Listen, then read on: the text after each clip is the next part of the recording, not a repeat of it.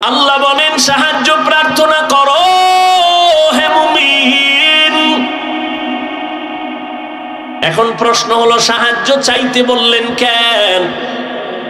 সাহায্য তো চাইবে ওই ব্যক্তি যে একা চলতে পারে না, সে আরেকজনের সাহায্য চায়।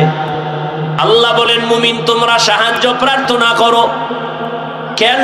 সেই প্রশ্নটা 1 মিনিটে বলবো, বুঝেন। নাম্বার 2, সাহায্য যদি প্রয়োজন হয় কার থেকে আমরা চাইবো সেটাও আমাদের ফয়সালার বিষয়। যদিও জিগাইলে সবাই কইব আল্লাহর কাছে চাইবো, কিন্তু এটা তাজা মিথ্যা কথা। কারণ এই দেশের জাতি যদি আল্লাহর সাহায্য চাইতো, সুদি কারবারি এনজিওরা 100 বছর আগে পালায়া যাইতো। বরং এখন এনজিও আরো জেতা হয়ে গেছে। 20 বছরে যে গর্তের মধ্যে ছিল, এখন স্বাধীন হওয়ার পরে তাজা কি তাজা হয়ে গেছে সব এনজিও। সাহায্য চাইবো কেন? প্রথম প্রশ্ন, কেন সাহায্য চাইবো? সাহায্য তো ওই ব্যক্তির প্রয়োজন যে একা চলতে পারে না। তার জবাব আল্লাহ কয়, সব মানুষ তুমি এতটাই দুর্বল। ওয়া খুলিকাল ইনসানু যায়ীফা, আমি মানুষকে বড় দুর্বল করে বানাইছি, আর সবাই দুর্বল। একটা ছাগলের বাচ্চা সবল, মানুষ দুর্বল। একটা ছাগলের বাচ্চা যখন দুনিয়াতে আসে, তাকাইয়া দেখি ওরে আকলওয়ালা মানুষ। ছাগলের বাচ্চা দুনিয়াতে আসা মাত্র 4 পায়ে দাঁড়ায় যায়, ডানে বামে সাহায্যকারী কেউ নাই। তুমি আমি এখন যে মাস্তানি ভাব নিয়ে চলি, তুমি আমি কি ছিলাম দুনিয়াতে যখন আসছিলাম? আমার আম্মা জানের কণ্ঠ এত ছোট, আমার আম্মা জান যখন কথা বলেন ভেতরের রুমের থেকে সামনের রুমে কোনো মানুষ শুনে না, এত পর্দা করেন আমার আম্মা। কিন্তু আমি যেদিন দুনিয়াতে আসবো, আম্মা জানের প্রসব বেদনা শুরু হয়ে গেছে। আম্মা জানের অচেতনতার কান্নার আওয়াজ পাশের বাড়ি পর্যন্ত চলে গেছে। মায়ের কান্নায় পাশের বাড়ির মানুষ ঘুমাইতে পারে নাই। আমার আম্মা জান এত অসহায়, আমার দাদি নানি আম্মাকে সান্ত্বনা দেয়, আম্মার কান্না বন্ধ হয় না। এক পর্যায়ে মা কান্না করে কয়, যাও, আমার মাথায় 7 আসমানের বোঝা, আমি মরিয়া যাব, যাও বের হও, আমার স্বামীকে একান্তে আমার 1 মিনিট কথা বলার সুযোগ দাও। আমার আব্বা জানের ডাইকে আমার আম্মা জান হাত ধইরা হাউ মাউ করে কান্না করেছেন, আর বলছেন, ও স্বামী, মা বাবার মায়া ত্যাগ কইরা তোমার ঘরে আসছি, কিন্তু মন ভরে খেদমত করতে পারি নাই, মাফ করিয়া দিও, কোনো দাবি রাখবা না, আমি বিদায় হয়ে যাইতেছি। 7 আসমানের বোঝা মাথায়, বাচ্চার প্রসব বেদনা সইতে পারি না। আব্বা জানো চোখের পানি ছেড়ে বিবিকে ডাক দিয়ে বলছে, বিবি ধৈর্য ধারণ করো, কান্না করিও না বলিয়া আমার বাবা চোখের পানি নিয়ে দৌড়াইয়া যায় নামাজে চলে গেছে। সিজদায় গিয়া কান্না করে, হে মালিক, আমার স্ত্রীকে তুমি সুস্থ করে দাও, আমার সন্তানকে সুস্থ অবস্থায় দুনিয়ায় পাঠাও। ও আমার কলিজার যুবক, তুমি আমি দুনিয়াতে আসার সময় একটু হিসাব করো, মা কত কষ্ট করেছিলেন। জীবনের চামড়া খুইলা যদি মাকে জুতা বানায় দাও, ওই 1 রাতের কান্নার ঋণ আদায় করতে পারবা না। কিন্তু একটু চোখ 2টা বন্ধ করে দেখো, ওই মায়ের সাথে কত বেয়াদবি করছো। আরে এক আম্মা জান রাতের বেলা বাবার কিনারায় শুয়া শুয়া গুনগুন করে কান্না করে। আব্বা জান জিজ্ঞাস করে, বিবি কেন কাঁদো? মা বলতেন, আমার মনে বড় কষ্ট। কি বলে? 1 সপ্তাহ হইছে সন্তান আমারে মা বইলা ডাকে না। কেন ডাকে না? কয় আমি একদিন একটা সামান্য অন্যায় দেখছি, একটু ধমক দিছি, সন্তান অভিমান কইরা মা কয় না। বাসায় আইসা নিজে নিজে খানা খাইয়া বের হয়ে যায়, আমার দিকে তাকায় না, মা বলে ডাক দেয় না। আব্বাজান সান্ত্বনা দিয়া কয় বিবি ঘুমাও, খানাও খাও।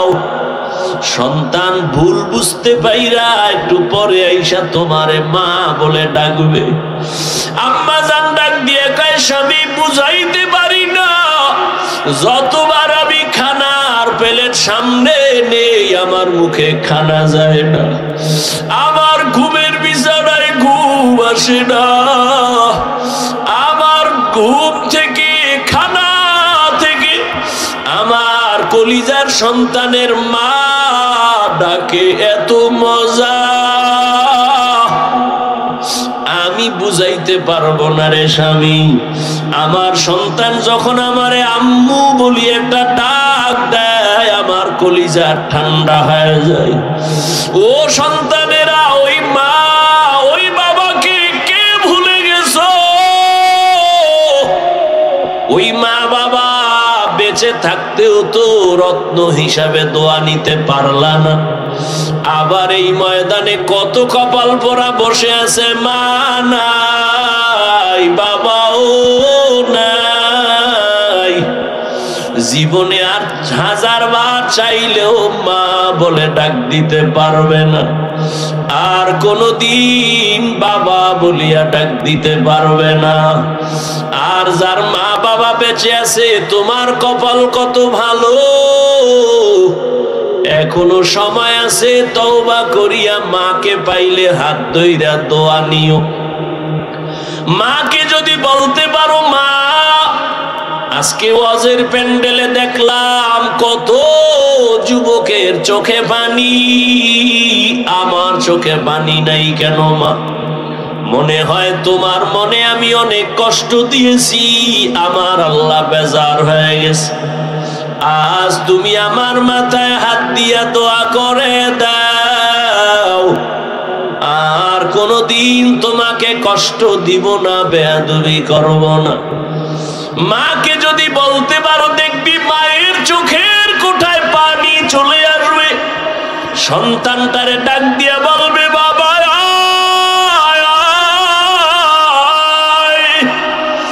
আমার বুকে আয়, মা একটা ডাক দিয়া মাথায় হাত দিয়ে একটা ডাক দিবে, ও আরশে আজিমের মালিক আমার সন্তানটাকে কবুল করে নাও। ওরে যতই বাহাদুরি করি না কেন, আল্লাহর কসম, মা বাবার চোখের পানি আর দোয়া ছাড়া এই চেয়ারে বসতে পারি নাই রে বাবা। ওই মা বাবার চোখের পানি আর দোয়া ছাড়া আল্লাহর কসম তুমি আলেম হইতে পারো নাই।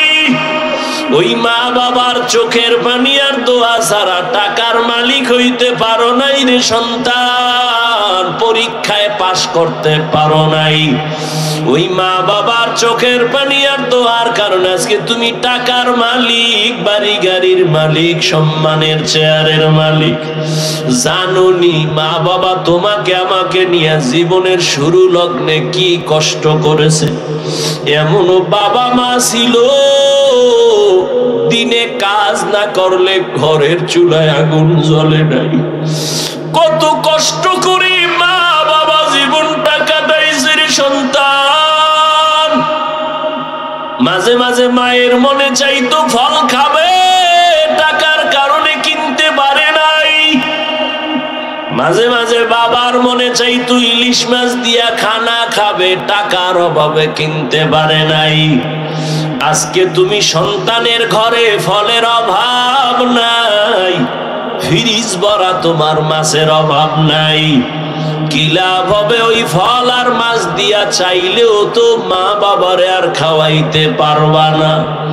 ওই মা বাবায় তো সাদা কাপুনের প্যাকেট, ওই বাড়ির পেছনে বাঁশ বাগানে মাটির গর্তে পড়ে আছে রে বাবা।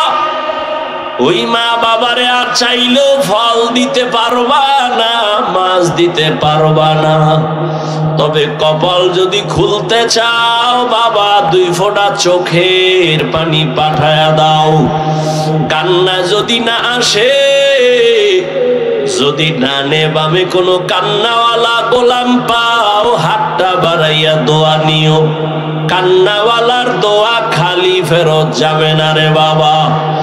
ওই মা বাবার জন্য দোয়া করিও, চোখের পানি সারিও, গুনাহ কমাইয়া নেক আমল করিও। জীবনটা ধন্য হয়ে যাবে, মা বাবার খেদমতের কারণে আল্লাহ খুশি হয়ে যাবে। আল্লাহ বলেন, মানুষ তুমি বড় দুর্বল। আমি যখন দুনিয়াতে এসেই যাচ্ছি, হঠাৎ আম্মাজান বেহুশ হয়ে পড়ে গেছে। আমার দাদি আর নানি আমাকে ধরে পরিচ্ছন্ন করে আম্মুকে ডাক দিছে, এই দেখ কত সুন্দর গোলাপ। আম্মাজান এত কষ্টর মধ্যে বেহুশ, এত চোখের পানি ফালায়া কাঁদলেন, 7 আসমানের বোঝা মাথায় নিলেন। হঠাৎ আমার চেহারা দিয়ে তাকাইয়া মনে হয় মুহূর্তে আম্মাজানের কষ্ট সব শেষ হয়ে গেল। আম্মাজান আমাকে কোলে নিলেন। আমার দাদি নানি বলে, বাচ্চার কান্না বন্ধ করে দুধ দাও। আমারে দুধ দিছে, আমি খাইতে পারি না, গাল বেয়ে পড়ে গেছে। আল্লাহ কয়, দেখ আমি কত দুর্বল করে বানাইছি। অন্যদিকে তাকায় দেখ, একটা ছাগলের বাচ্চা দাঁড়ায় গেল। ডানে বামে সাহায্যকারী কেউ নাই। মায়ের দুধ কোথায় কেউ দেখায় দেয় না। ছাগলের বাচ্চা খুঁজা খুঁজা মায়ের ওলানে মুখ লাগায় দিছে। মায়ের ওলান দেখে শক্ত, দুধ আসে না। কাউকে গিয়া বলে না আমারে ঔষধ দাও। ওই ছাগলের বাচ্চাটাকে আল্লাহ পাক এমন ভাবে বানাইছেন, ওর কপালের সামনের অংশ বড় শক্ত। কাউকে জিজ্ঞাসাও করে নাই। ওই কপালের অগ্রভাগ দিয়া মায়ের ওলানে জোরে জোরে কয়েকটা আঘাত করা মাত্র ওলানটা নরম হয়ে গেছে। বাচ্চাটা মুখ লাগানো মাত্র দুধ ভেতরে চলে আসছি। একটু চিন্তা করো, একটা ছাগলের বাচ্চার কাছে তুমি আমি কেমন দুর্বল হয়ে পড়েছি। দুনিয়াতে মানুষের মতো দুর্বল কোন প্রাণী আল্লাহ বানান নাই। একটা পিপিলিকার কাছেও দুর্বল, একটা মশার কাছেও দুর্বল। আল্লাহ বলেন, এই দুর্বলতা নিয়ে কেমনে তুমি জান্নাতের পথে চলবা? মেধার বেলায় দুর্বল, দুনিয়ার বেলায় দুর্বল, আখিরাতের জ্ঞানের বেলায় তুমি দুর্বল। আবার যেই দুনিয়ার মধ্য দিয়া জান্নাতে যাইবা, দুনিয়ার পরিবেশ বড় খারাপ, চারদিকে গুনাহ, করতে না চাইলে জোর করে করাবে। গুনাহ করতে না চাইলেও তোমাকে জোর করে করানো হবে। তুমি যদি চোখের হেফাজত করতে চাও, তোমার চোখ হেফাজত করতে দিবে না। আবার তোমার পরিবেশ বড় খারাপ। অন্যদিকে তোমাকে পেছন থেকে টানতেছে 3 শ্রেণীর শয়তান। এক শয়তান হলো জিন শয়তান, আর এক শয়তান মানুষ শয়তান, আর এক শয়তান তোমার বডির ভেতরে নফস শয়তান। এত ঝামেলার মধ্যে বলো আমি দুর্বল কেমনে জান্নাতের পথে যাব? অন্যের সাহায্য ছাড়া চলা যাবেই না। এখন বলে তাহলে সাহায্য আমি কার কাছে চাইব? বলে 3টা দুর্বলতা যার নাই তার কাছ থেকে সাহায্য চাইলেই পাইবা। 1 নাম্বার দুর্বলতা নাই মানি তার পেছনে কোনো টান নাই।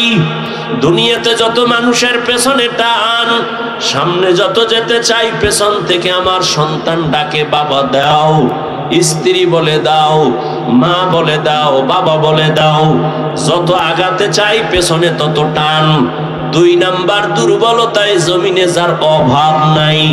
দুনিয়াতে একটা মানুষও পাওয়া যাবে না যার অভাব নাই, বরং যার টাকা যত বেশি তার অভাব তত বড়। যত বড় লোক সব অভাবী।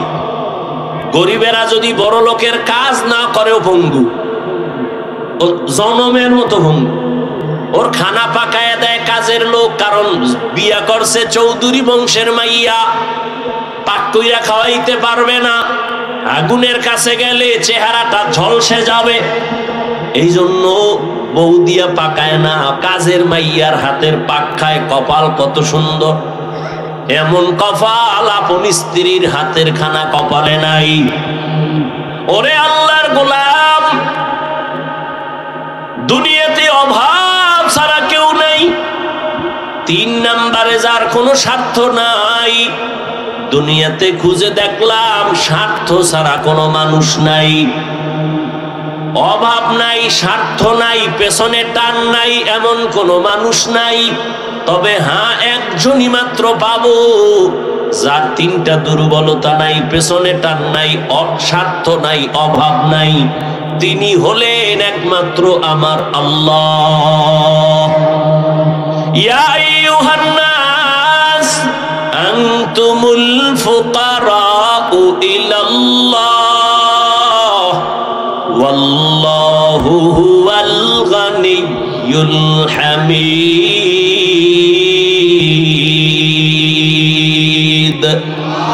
আল্লাহ বলেন, মানুষ তোরা সব ফকির গরিব, আমি আল্লাহ একমাত্র প্রশংসিত ধনী। আল্লাহর কোনো পেছনে টান নাই, ছেলে মেয়ে নাই, স্বার্থ নাই, অভাব নাই। ওই আল্লাহর কাছে চাইলেই আল্লাহর বান্দা পেয়ে যাবে, কিন্তু চাওয়া লাইন মতো চাও, লাইন ছাড়া চাইলে হবে না। বলে কেমন লাইন? 1 ধৈর্যের মাধ্যমে চাও, 2 নামাজের মাধ্যমে চাও। আজ আমাদের ধৈর্য নাই, নামাজেরও খবর নাই। ওরে আল্লাহর গোলাম, ও যুবক বাবারা, আমি শুরু থেকেই তো তোমাদের বলতেছি, তুমি স্কুলে পড়ো আলহামদুলিল্লাহ, বাধা নাই, চাকরি করো বাধা নাই, ওখানে থাইকা আল্লাহর হুকুম মতো আগাও। তোমার মতো যুবক স্কুল কলেজে পড়িয়াও তো পারো নামাজ পড়তে, কেন তুমি পড়ো না? ও পর্দার আড়ালের আম্মা জান বোনেরা, আপনার মতো কত মা পর্দা করে, স্বামীর মাল হেফাজত করে, মোবাইলে চরিত্র বিক্রি করে না, নামাজ ছাড়ে না, আপনি কেন পারবেন না? ও যুবক বাবারা, বৃদ্ধ বাবাজি, এখনো সময় আছে তওবা করার। জীবনে তো গুনাহ কম করেন নাই, এখনো আল্লাহর কাছে তওবা করেন। মনে মনে যদি বলতে পারেন, হে মালিক, জীবনে শয়তানের ধোঁকায় পড়ে গুনাহ করেছি, মনে হয় জানো গুনার কারণে আমার হাত না পাক, আমার চোখ না পাক, জিহ্বা না পাক, অন্তর না পাক, এ গুনাহ নিয়ে কবরে যেতে চাই না রে আল্লাহ। দুনিয়াতে একটা মশার কামড় সইতে পারি না, কবরে গুনাহ নিয়ে গেলে আযাব কেমনে সহ্য করব? তওবা করে নিলাম রে মালিক, মরিয়া গেল আর নামাজ ছাড়বো না, দাড়ি কাটবো না, বেপরদায় চলবো না। ও আমার বাবাজিরা, ও পর্দার আড়ালের মা বোনেরা, ও যুবক, যদি তওবা করার মতো অন্তর তৈরি হয়, মনে মনে আল্লাহকে বলো, ও আল্লাহ, তুমি তো রিজিকের মালিক, হায়াতের মালিক, সম্মানের মালিক।